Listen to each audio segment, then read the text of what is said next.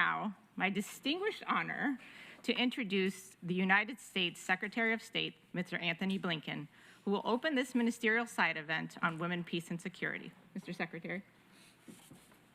Thank you very, very much, and good morning, everyone. Good morning. Wonderful to be with you, and particularly wonderful to be with you for this event. To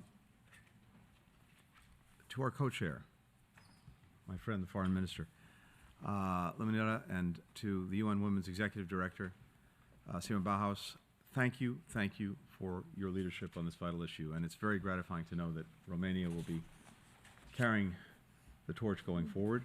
Thank you for that. And to my fellow ministers from countries across this network, thank you for your partnership. We're also joined by U.S. Representative Lois Frankel. Where's Lois? Somewhere in the House? All right.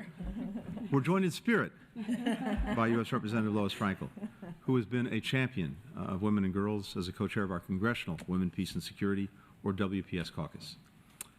So it's been more than 2 decades now since the UN Security Council unanimously adopted Resolution 1325. That landmark statement recognized the particular devastating ways that conflict harms women and girls.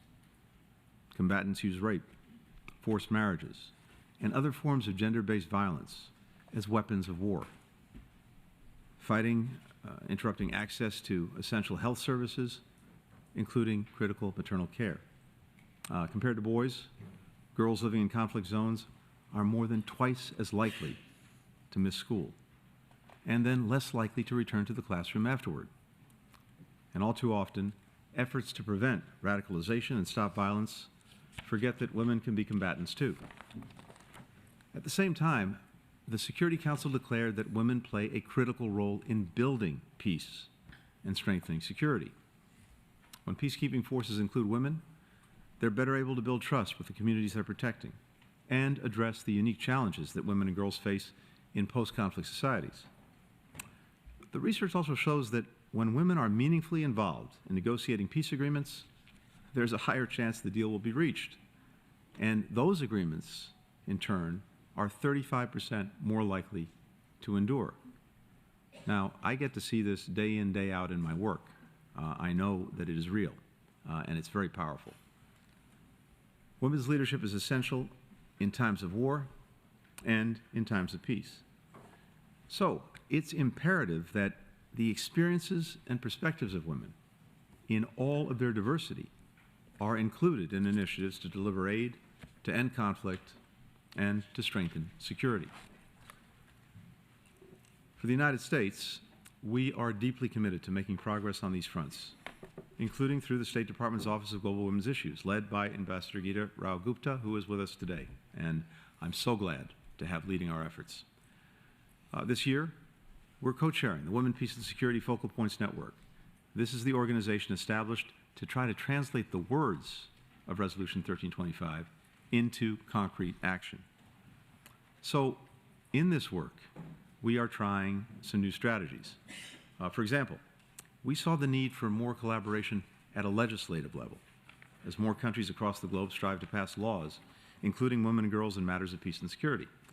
So, in partnership with other governments, civil society programs, and our own Congressional WPS caucus, the United States is now helping to launch a network of women parliamentarians, and we're calling it Global WPS Caucus. Through this group, we'll build new partnerships, new exchanges, and we will strive to exchange, in particular, best practices. One of the things I've been convinced of, doing this for now 30 years, is that on any given issue, for any given problem, there's probably somewhere in the world someone who's actually found a solution. But if we don't share that information, then we reinvent the wheel time and again. So the power of these networks, of these connections, of these groups, particularly in sharing best practices, is we can really speed up bringing them to bear in a much greater part of the world than we otherwise would. This will include lessons that the United States has learned as the first country to turn our commitment to these issues into a federal law through the 2017 WPS Act. So by comparing notes, we will all find ways to make our policies more inclusive, and more equal. As we're building this new initiative, the United States will also continue to bolster the global fight for women and girls and the entire community that is fighting for them. One new way we'll do this is by supporting the WPS Centers of Excellence that are building connections between government officials and civil society leaders and helping them integrate gender perspectives into peace and security policies. Now, whether that's developing responses to climate disasters that address the needs of women and girls, or working to combat gender-based violence in partnership with local community leaders, we'll be at this in a variety of ways. Finally, later this fall, our government will release our updated strategy and national action plan on women, peace, and security.